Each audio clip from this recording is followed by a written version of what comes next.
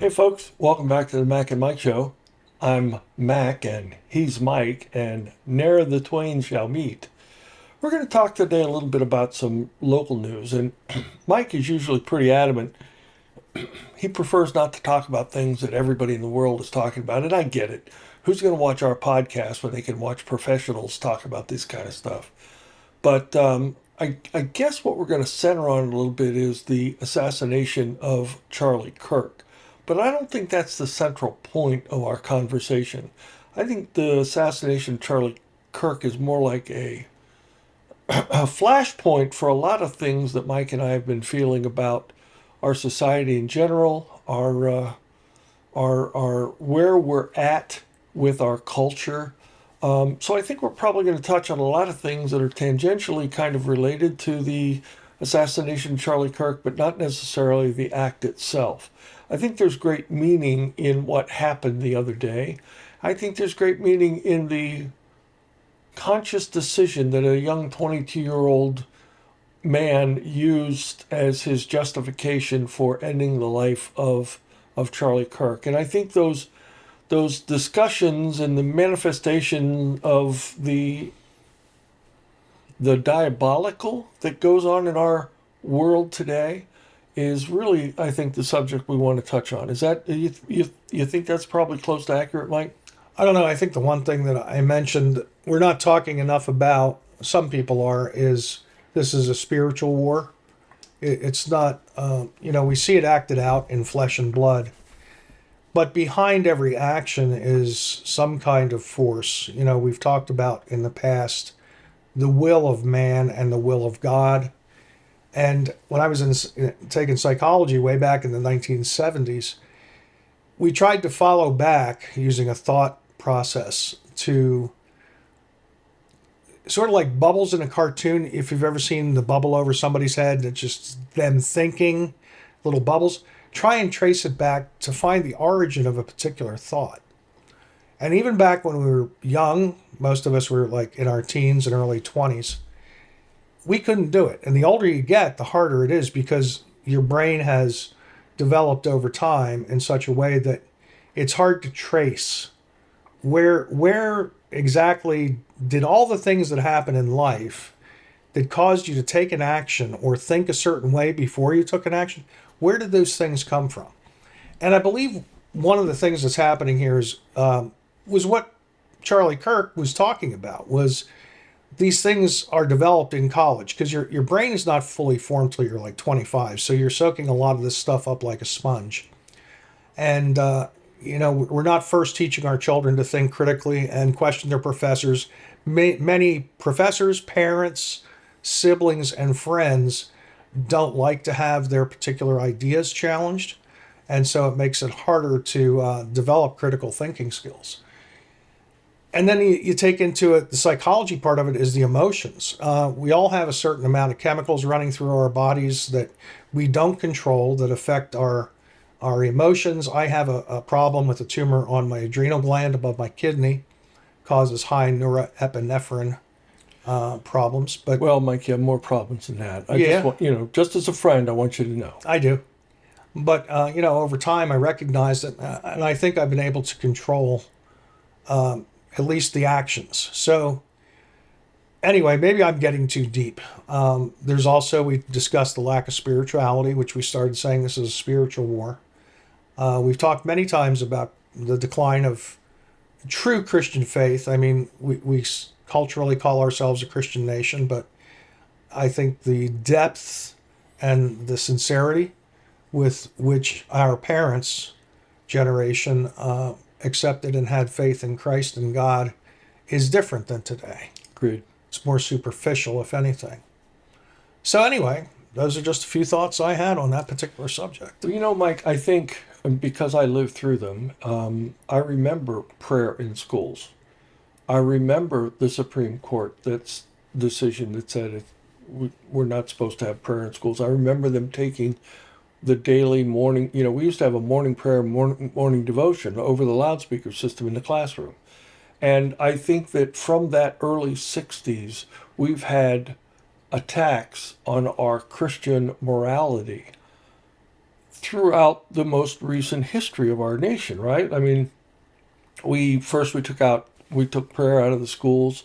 Then in 1973 we had the Roe versus Wade decision, making basically the Supreme Court, not an election, not a vote, not a will of the people, but a majority of the Supreme Court said a woman has a right to an abortion, for some really crazy reasons. You can go to the research on that, but then we had the feel good, and then and the me generation. If it feels good, do it. And I'm okay, you're okay, all that psycho self analysis kind of way of doing things because they felt good to you. And we had the free love generation, right? We had make love not war, and all of those other kinds of trite. I mean, there were all kinds of things that led us to a more hedonistic society. And as we got more and more me oriented, we got less and less spiritual oriented. And I was going to use the word God. I'm not sure that everybody what their beliefs in God are, but you and I both we just put it right out there. We're Christians. Believe in Jesus Christ. So I think that as we have moved away from God, 55, there were 56 people who signed the Declaration of Independence. 55 of them were Christians. They were God-fearing Christians. You look at the state of Maryland. Maryland was founded by the Catholics. The other colonies were founded with some form of religious backing for it, right? And so all of the colonies of the original 13 were somehow intertwined with their religious beliefs. And you can see in their constitutions, as well as the Constitution of the United States, we call out that, all men are created equal, endowed by their creator. Well, who's the creator? I mean, we're talking about a God. We're talking about what your belief in God is. And I think that as we got farther and farther and farther away from that central belief in God, John Adams famously said, and you can look this quote up, this is about an exact quote, it may be a slight paraphrase, but he said that our form of government is wholly appropriate for a moral society and absolutely inappropriate for any other. So as our nation has moved farther and farther and farther away from our moral roots, you use the word spiritual, and I'm okay using that word as well, but as we've gotten farther and farther and farther away from our spiritual roots, we've lost that made us great. Maybe a better way of saying is we are losing that which has made us great, and that is the protection that comes from the belief in our God, in the Holy Father. And I quote all the time, and I don't want to get all religious on you, but there was a time when Jesus Christ was being tempted by the devil, and I'm sure you remember the story. And the third time that the devil tempts Jesus Christ, he shows him all of the kingdoms of the world. And he said, bow down and worship me, and I will give you all of these kingdoms. Well, Jesus Christ didn't say, they're not yours to give. That was not the answer.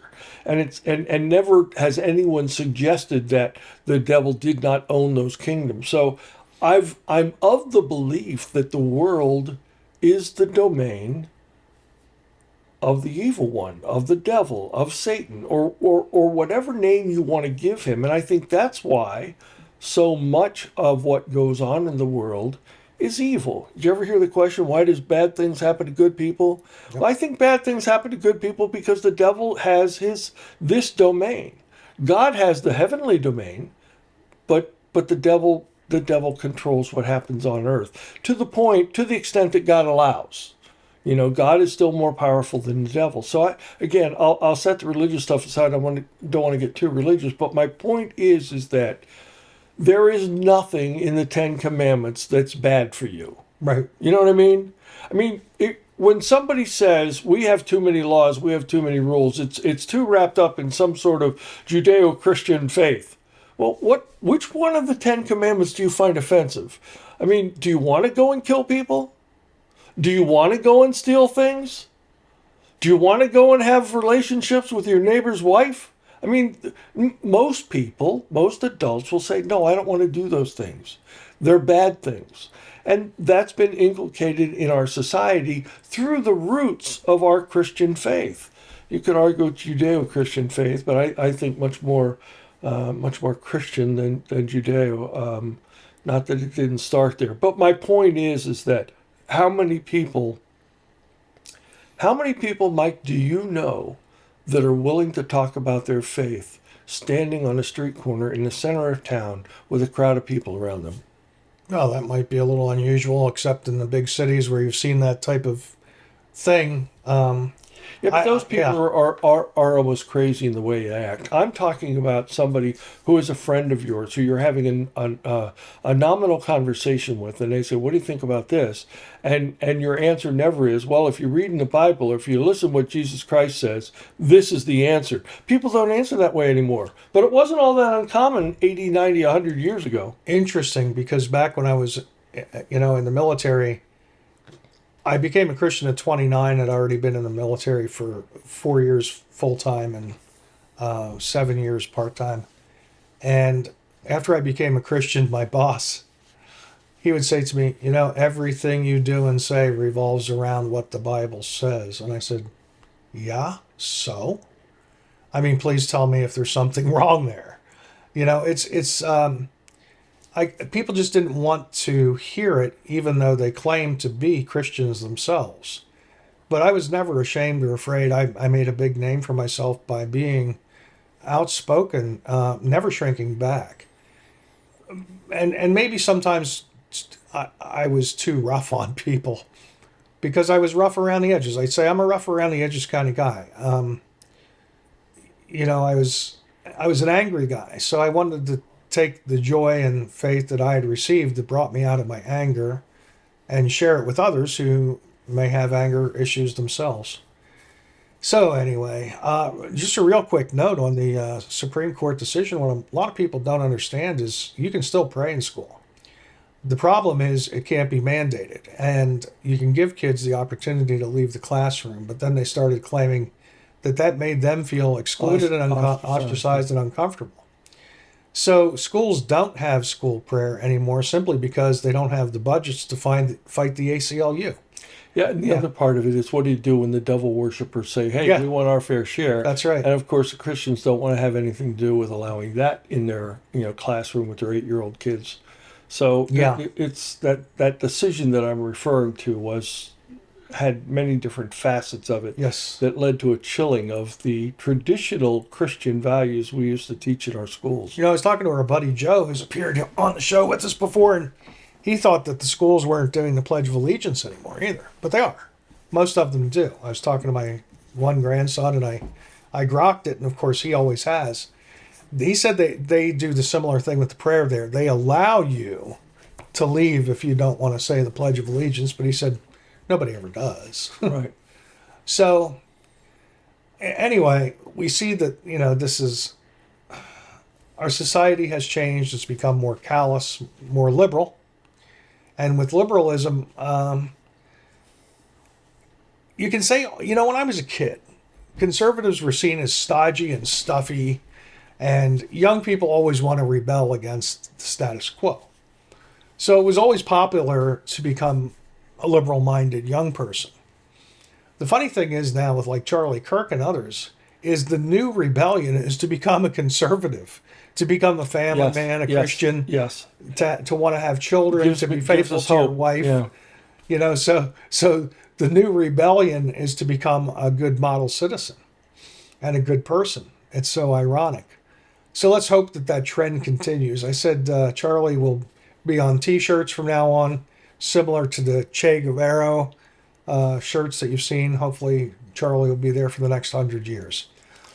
But Mike, this focus on if it's good for me, great. It's like the old joke. A man and a woman lying in bed, and the guy says, "Was it good for you? Because it was only okay for me." And again, that speaks to the hedonism that is inherent in that me first mentality. And you can see that in many other facets of our life. Why is when my father was very young, in the I don't know, 8, 10 years old, he lived in New Jersey, and there was a story one time where this man had abused a young boy. And the word got to the factory floor that this guy had committed this atrocity on a young boy. And literally, the men left their machines and they went out looking for this guy and they chased him into the woods and they stomped him to death. They literally beat him to death. And when the cops showed up, the cops said, "Oh, this is the guy that was abusing that boy. Gee, that's a shame. He fell and hurt himself." There was no attempt at retribution for the street justice. There was no attempt to charge anybody with a crime. But today we have gotten so far away from what is righteous to what is, what's the word I'm searching for? Legal? Legal. You know, if you're looking at a legal standard is much less stringent than a moral standard, you know? If you have premarital sex or you have sex out of a marriage, there's no law against that. There used to be. I understand. Yeah, but you're right. There no longer is. And there used to be laws against sodomy, and there used to be a lot of other, and they've done away with those laws on various court cases or various, questions by liberals who said you can't, you can't. Punish people for Well, moral, you depravity. You can't take away their rights to freedom and expression and all that other stuff. But as you see, each of those steps that allowed a little bit less morality in our society and enforced less than the previous moral standards. What do we have today? We have 58 people getting shot in a weekend in Chicago. And you're not allowed to own a gun in Chicago. I mean, their gun laws are so stringent, you cannot own a gun. Yeah, and they said that these guns were coming in from red states that surround Illinois, and they discovered that's not true. No, it's not It's true not at all. true at all. No. So, but again, it's like the young person who shot Charlie Kirk. It's like that crazy man who stabbed the Ukrainian refugee woman on the train. It's like the young man who tried to shoot President Trump and nipped his ear in Butler, Pennsylvania, and the other guy that tried to eliminate President Trump. And it's like these school shootings and church shootings and things like that. We didn't have those things, at least with the predominance and the occurrence that it is today. And I truly believe it's a lack of morality. It's a lack of teaching of right and wrong, and a lack of acceptance of what is right and wrong in our society. And every time we let any one of those moral standards slip, we end up with more bad things. Yeah, it's a general overall malaise of sorts about, raising your children. And part of that, too, is you can't discipline your children without fear that children in youth services will be knocking on your door. That same boss in the military, he had a son that was unruly. And, of course, he was old-fashioned in the sense that he took matters in the hand. And the son said, "Oh, I'm going to call the cops." And he says, "Well, you go ahead." And he did. The cops come to his door. This is the story he tells, and I believe it. And they say, "Well, what happened, blah, blah, blah. We're going to take your son away." He said, "Go ahead." He said, "Fine. I've had it with him." All of a sudden, the son changed his tune. So you see, sometimes we have to, as parents or elders or clear-thinking people with moral standards that are absolute, have to take a stand. And we don't want to. So, we love our children, most of us, and our grandchildren. But there is a time where you must set a boundary. And we need to teach them delay of gratification. Because, I go to delay of gratification because so much of it, we expect this, I think our children and grandchildren expect this instant results. And the problem is not just that they expect it. When they don't get the instant result, that's when their system goes haywire. And they're willing to get violent. You see this with small children. No, it's time. You can't have anything more. It's put the coloring book down. It's time to go to bed. And then they get whiny. And if you keep allowing them, instead of just saying, "Oh, pick them up, take them to bed," they will get violent. They will fight with you. And you've got to nip that stuff in the bud from the beginning. And I know it sounds like a small thing, but I've always said if you raise a child correctly, from the time they were little, you'll never have to get to that point. Well, I agree with you. You're talking about parenting skills, Yeah. and certainly children grow up the way they're allowed to grow up. But somehow our society, there a couple of months ago, there was a woman on a train in Philadelphia, a commuter train in Philadelphia, and this man just starts raping her. And instead of anyone trying to help this woman being raped, they all videotaped it. They all videotaped it and posted it on the internet. And then more recently, we had the story of Daniel Penny, who was on a train in New York, and this guy's walking around with a knife saying, "I'm going to kill you, I'm going to kill you, I'm going to kill you." And, Daniel Penny grabbed the guy and subdued him, which included a chokehold, along with a couple of other people. And the guy died from the injuries of being subdued, and they made that man's life hell for a couple of years, a year and a half, 2 years, as they put him through trials, and they were going to put him in jail. And he was trying to defend and protect society, where 50 years prior, as I told you with my father, maybe 100 years, as I told you with the story of my father, when the man had abused a young boy, and the crowd, the men of the community, they instituted justice on that guy. Now, you could argue that that's harsh and cruel and unusual punishment, as the Constitution says, but at the same time, the next person who wanted to abuse a young boy was going to think twice about it. And now, with the Daniel Penny situation, when that young lady was stabbed a couple of times on the train in North Carolina, no one helped. No one helped to stop the attack. No one helped as she sat on the seat and bled to death. And was the Daniel Penny circumstances where he was arrested for him trying to save the other passengers of the train, was that part of the mentality of the people watching this young girl bleed to death? I don't know the answer to that. But it could have been. It could have been. And, that makes our society as a whole more coarse, less friendly, certainly less moral.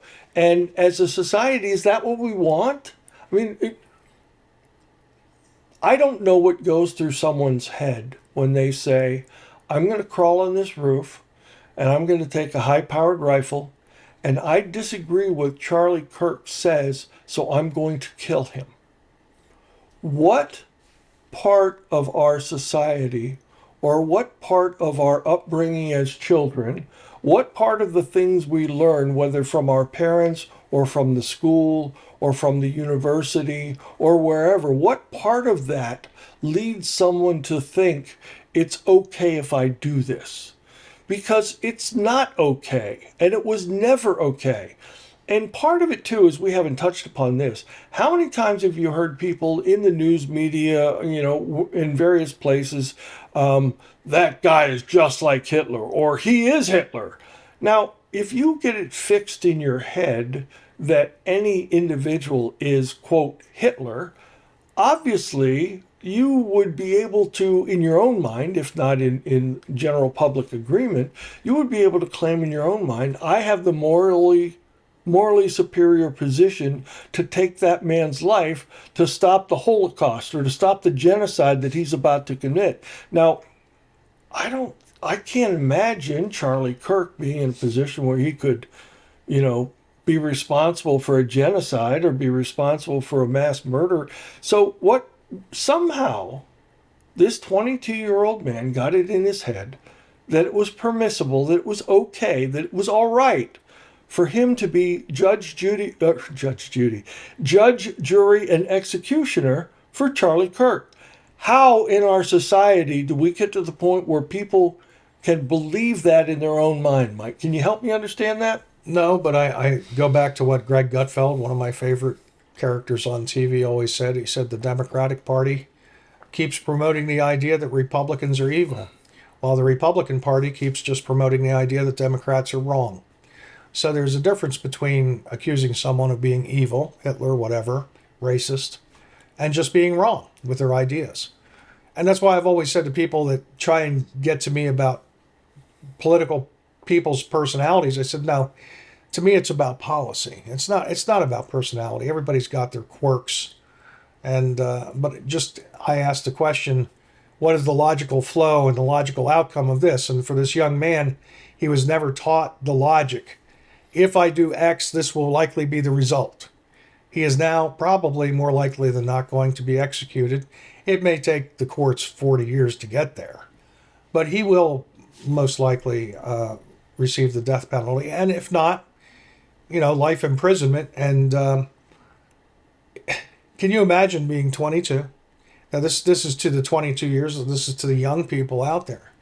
Place yourself in the position of looking at the results of your actions in the future. Like you commit a crime, you're going to go to jail. But even if you take certain risks, Mac and I were military. We took a lot of risks, okay? But there's the type of risk that you take for fun, and there's the type of risk you take for other reasons.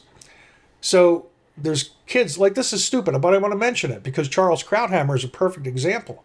You know how you see people in the summertime, just young kids jump off a pool and into the pool head first? It's what Charles Krauthammer did. He ended up paralyzed from the neck down. It's the consequences of our actions that we'll never get young people to not take risks, and nor do I think we should. But be aware at least if you don't have to take that risk, maybe you shouldn't do it. Especially when it comes to injuring someone else. You get into a fight with somebody, you end up paralyzing them, hurting them, or accidentally even they fall over and hit their head. You're now cooked for manslaughter. You do something crazy like you're speeding down the road, you get into an accident and somebody is severely injured or killed. You're going to prison for manslaughter, or you're going to be sued to the point where you're never going to have a life. So again, it's about consequences for our actions. Nobody's perfect, but if you're a parent, try and teach your kids the right way. And if you're a child, try and listen to your parents. A man said to me one time, Mike, if you don't start listening to your elders, you're not going to live long enough to make all your own mistakes. Boy, that kind of hit me. And I was probably 16 or 17 at the time. He was right. Started listening to people.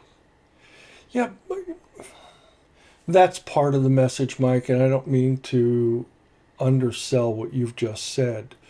But does that get us to where we're looking at our society? We talked about the Roe versus Wade decision. Of course, the follow-on was the Dobbs decision that changed it. Now we have states that have actually put a ballot measure and people have voted, should we have abortion in our state or not? Now, let me ask you a question. What do you think about those states that have voted to continue the practice of abortion? Does that change the responsibility for the children, the unborn children who lose their life to abortion? Does that change when the Supreme Court said in Roe versus Wade, a woman has a right to privacy, and we can't tell her what, we can't question this health decision. Now that people have voted for it, yes, I want women to be able to have abortions. They've now, through the ballot box, through a democratic process, codified the decision, making the practice of abortion legal. Does that shift the responsibility of those abortions from those few people on the Supreme Court to the majority of the people in that state or jurisdiction that voted for it? Well, yeah, it definitely shifts the responsibility, but there's individual responsibility as well. Oh, no, I get that. I'm not. The individual responsibility is immediate and direct. And I've talked to a number of women who have had abortions, and the difficulty they have with living with that decision. Some women don't, but other women have it tremendous. But my point is that if you went to the ballot box and you voted yes for abortions in your state, do you individually bear responsibility for some of those lives that Absolutely. are lost, or all of those lives that are lost? Absolutely. And the answer is probably you do. Yeah. And if you have a relationship with God, not everybody does. No. If you have a relationship with God, is that something that you and he need to have a discussion about? I hope so. I just can't see anybody that has a faith in Jesus Christ, at least a Christian God, that could codify abortion And now that doesn't mean, and I never want people to misunderstand, that my heart doesn't go out to a woman who is pregnant that doesn't have the means, or whether it's financial or psychological or whatever, the means to care for the child. It's horrible. But And here's the yeah. other question I have for you. If we live in a society where women can say, this young life that is growing inside of me, I want to get rid of it, and they take that baby away via an abortion, is that part of the hardening or the of our Devaluing. moral? Yeah, are Yep. we devaluing life by allowing? Yeah. If it's okay to take an innocent life in the womb, does that make it easier to take an adult life in the street? It does, because I've heard some people crassly remark about murder. It's a postnatal abortion. It doesn't mean anything. And of course, that's abhorrent to people like you and I.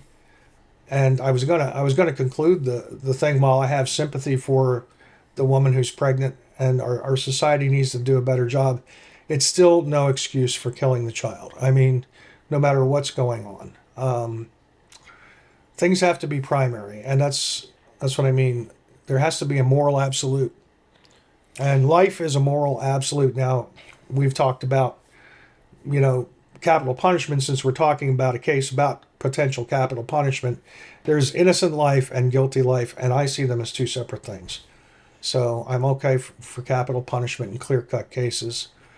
Mike, at a lesser level of infamy, there was a story. It wasn't that long ago. I want to say it was 2, 3 months ago. There was a rock concert, and you had a gentleman who was the CEO of a tech company, and there was a woman who was the human resources director of that tech company, and they were shown on the quote kiss cam, arm in arm at this event, and I remember talking to so many people about that and getting a reaction. And to me, the reactions were in and of themselves almost priceless beyond the actual activity that occurred. I mean, first, when you have a man and a woman that are not married, or I know the man was married. I think the woman was in some sort of relationship if she wasn't married. So we're talking about an extramarital kind of event, which of course is against one of the 10 big ones on the 10 commandments, and of course has been codified in our laws.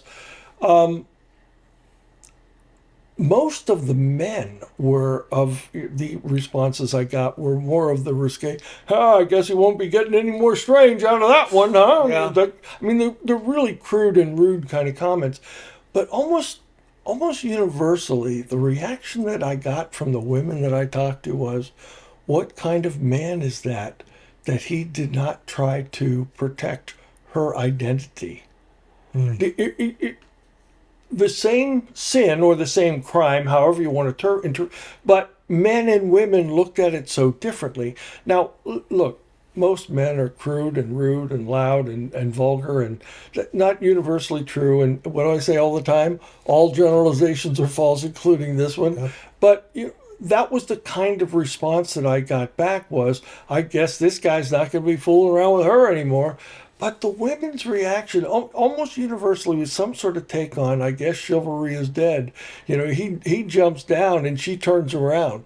Why didn't he try to protect her? Why didn't he try to hide her identity? Why didn't he do something? And I just think that that's a very telling part.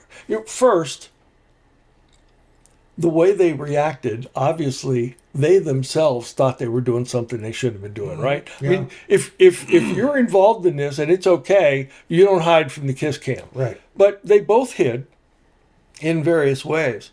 But the reaction of the men and the women about that circumstance. Now, and I got the response from men that were married and unmarried, and I just thought that was so fascinating for the difference of the sex's reaction to that particular set of circumstances. And again, if you don't think it's wrong, you don't hide it. So as soon as they were on Kiss Cam, they tried to hide it. They thought it was wrong. I mean, you can interpret that several different ways. But from my perspective, they were on the Kiss Cam. They tried to hide what they were doing. So if you're trying to hide what you're doing, You probably shouldn't be doing it. Amen. But that's part of our society today, Mike. How often do you hear that? And now I don't know if you heard this or not because you're not into the sports like I am. But over the past several months or a couple of years, there is a baseball team, the Detroit Tigers, who had to fire or let go or quietly separate 8 different senior management people for sexual harassment. Now, I know, right? What is a stereotypical reaction to the jocks that are playing the game? Why they're not respectful of women. Well, this is an absolute. It isn't it proof? If you have to fire 8 guys in a year or year and a half because they're all accused of harassing women in one way or the other, yeah, maybe you ought to clean up your act. But it doesn't that speak to what we're talking about way back when we started this thing? Where's the moral standard for that prohibits or precludes this kind of activity or actions happening? Yeah, that was recently in the news as well. It came up. I think it was a congressman. Maybe you have a better memory for this than I do. That was talking about our rights and how that laughing that some of us believe they come from God. Well, the problem with believing that they come, taking God out of it for just a second. If you take that attitude, it's moral relativism, because anytime a man or a person or a group of people changes their mind on what's proper or not, changes the whole societal dynamic, and you can't live like that. That was Senator Tim Kaine of Virginia, and basically what his argument is that rights are given to you by government, and we protect them, and without government, you wouldn't have any rights. And I think vaguely I'm able to discern what he was trying to say, that without government there to protect rights. But see, we call that out in our Constitution. Governments are created among men to protect these rights, these rights endowed by our Creator, life, liberty, and the pursuit of happiness, and governments. That's our Declaration of Independence, not the Constitution. And men create these governments to protect these rights. Or governments are instituted among men to protect these rights. So government doesn't give us rights. No. And they only protect them because we give them the power to and create them to do so. But, there's been a lot of hue and cry about that, because and we've talked about this before in various and many different ways, Mike, if there is no ultimate authority, if there is no ultimate arbiter, if there is no ultimate endowment of human rights, that being by a superior, unique authority, singular authority, then anytime governments change, or whoever has the biggest army or whoever has the most guns, they get to create a new set of laws, a new set of rights, a new set of whatever. And we've seen that consequence around the world multiple times. We have indeed. We have indeed. It's not like this is a thought experiment. We've got history. Yep. Yep. And I'm sure you could talk about that forever, but I guess we're getting close to the end, bud. Well, yeah, let's just wrap it up by saying this, Mike. Over the past 70 years, I don't know, maybe a little bit longer, but over the past, our society has become more crude, more rude, more self adoring or self worshiping organisms, and in doing that, we have created a society where somehow it's okay for any individual to get a gun, crawl up on a roof, and end someone else's life because they disagree with them. And I would suggest to you that if somebody can do that to Charlie Kirk, when they tried to do it to the president, there were Secret Service people all around. Mm-hmm. Well, Charlie Kirk didn't have Secret Service people. He had some protection, some security, I'm sure, but he obviously this person who decided to take his life was able to do so.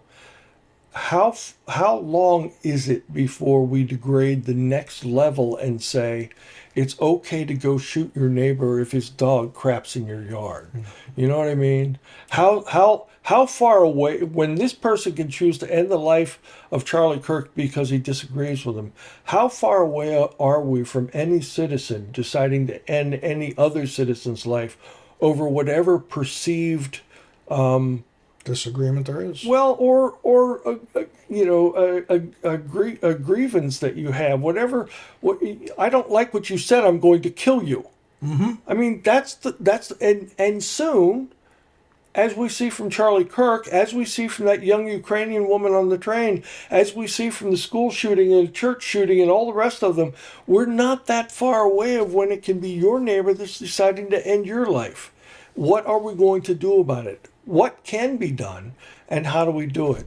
A question for the listeners to the podcast, I suppose. Yep. Mac and Mike, Out. out.